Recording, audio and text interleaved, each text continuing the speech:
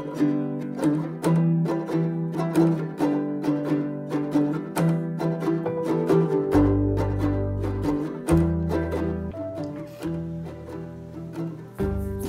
guys, good morning po sa inyong lahat dyan. Ngayon po ay ipapakita ko po sa inyo kung paano po natin estimate yung 4 aguas na steel truss. So ito po yung steel truss plan natin, yung 4 aguas. Ilagay ko na po lahat ang dimensions para mas madali po tayo mag-estimate. Ito pong type ng trusses natin ay single angle steel truss. So ang gagamitin po natin sa ating trusses ay 316 by 2 angle bars. Yung top chord, bottom chord, king post at saka yung web members po niya. So 316 by 2 angle bars na lang po lahat ang gamitin natin. Tapos ang purlina po niya ay 2 by 3 purlins. Ang thickness po niya is 1.2 mm. At ang fascia board po niya ay 2 by 6, 1.2 mm din po siya. Tapos kailangan rin po natin ng Red's nailer. So ang gagamitin po nating material ay 316 by 1.5 flat bar. At ang mga accessories po niya ay yung red oxide primer, paint thinner at saka yung welding rod. So guys, mag-estimate na po tayo. So ang unahin po natin ay yung mga trusses. Ang gagawin po natin, kukunin lang po natin yung overall total length ng lahat ng mga angle bars. And then i-divide po natin ng 5.8. Bakit po 5.8? Kasi 6 meters po ang length ng isang angle bar. 5.8 para mayroon pa akong allowance sa offcuts. Yung mga short dimension na po na pagtabasan po natin. So dito po sa 316 by 2, ito pong mga trusses natin. Ang total length po natin ay 269. I-divide po natin ng 5.8. So 269 divided by 5.8 is equal to 46.4 or 47 pieces po na angle bars ang kailangan natin. Plus magdadagdag po ako ng isang peraso para may extra po tayo. 48 pieces po yung ating kailangan na 316 by 2 angle bars. So dito naman po tayo sa 2 by 6. Ito po yung gagamitin nating fascia board. I-total lang po natin yung total length. Total length po ng fascia board ay 48 divided by 5.8. Kailangan po natin ay 8.3 or 9 pieces po na 2 by 6 fascia board. So punta naman po tayo dito sa 2 by 3. Ang total length po ng mga purlins natin is 227.2.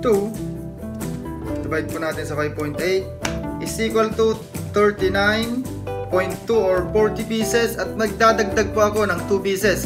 So ang total quantities po natin is 42 pieces kasi 4 aguas po siya, marami po siyang offcut kaya kailangan po natin ng extra. At dito po may Red's nailer po tayo, so double po. Dito po papatong yung roofing natin. So ang Red's nailer po na kailangan natin ay 58.8 ang total divided by 5.8. 11 pieces, 10 point something or 11 pieces. So dito naman po tayo sa accessories. Dito po tayo sa red oxide metal primer. Ang pag-estimate po dito, ang kaya po niyang i-paint yung 5 gallons ay 20 to 25 square meter po siya. So kukunin po natin ang surface area po ng mga bakal natin at doon po natin i-divide by 20 square meters.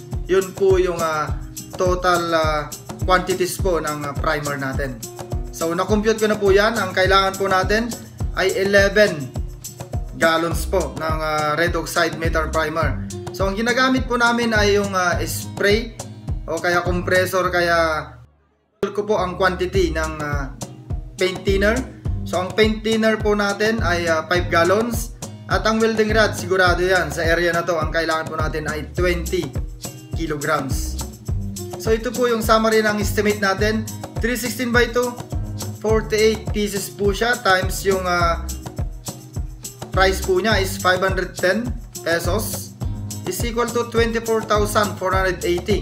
Ang 2 by 6 naman po ang fascia board natin ay 9 pieces times 595 per piece is equal to 5,355. At ang 2x3 purlins naman po natin is 42 pieces times 400 po per piece. Ito po yung 1.2 mm. Makapal po ito. Mas maganda po na purlina na gamitin. So 16,800 pesos po. Tapos yung red snailer po natin na 316 by 1.5 flat bar is equal to 11 pieces times 280 po per piece is equal to 3,080 pesos. Ang primer po natin 11 gallons at 390 per gallon is equal to 4,290. At ang paint thinner po natin is 5 gallons times 250, 1,250 naman po siya. Ang welding rod po natin per kilo is 140 times 20 kilos is equal to 2,800. So pag i-total po natin lahat, yung materials po natin, ang equivalent po niya is 58,055. So dito po sa klase ng trusses, kasi simple lang po siya, pwede po natin kontratahin niya ng 40%. Ang labor po natin sa steel truss ay depende po yan sa complexity o sa difficulty po ng design ng ating trusses. Dito po sa 4 aguas ay 40% lang po, pwede na po yan. So ang 40% po ng 58,000 is 23,222. So ang total po natin, labor in materials, dito po sa size ng steel truss natin sa 4 aguas na ito is 81,277 po ang magagastos po natin.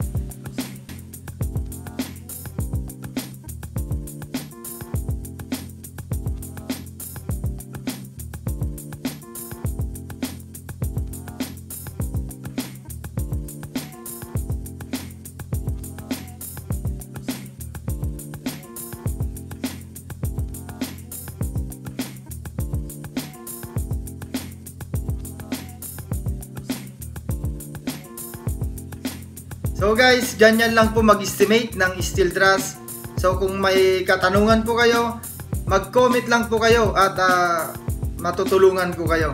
Lalo na yung mga may requirements po ng steel truss, gusto pong magpa-steel truss, may mga subcontractor po tayo dyan na pwede ko pong i-introduce po sa inyo.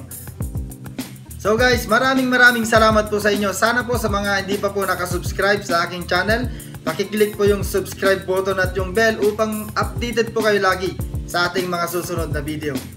So sa susunod po ay estimate po natin ang pre-painted long span rib type roofing po para po sa 4 aguas na ito. Maraming salamat po sa inyong muli. Ang inyo pong lingkod, Architect Monar po.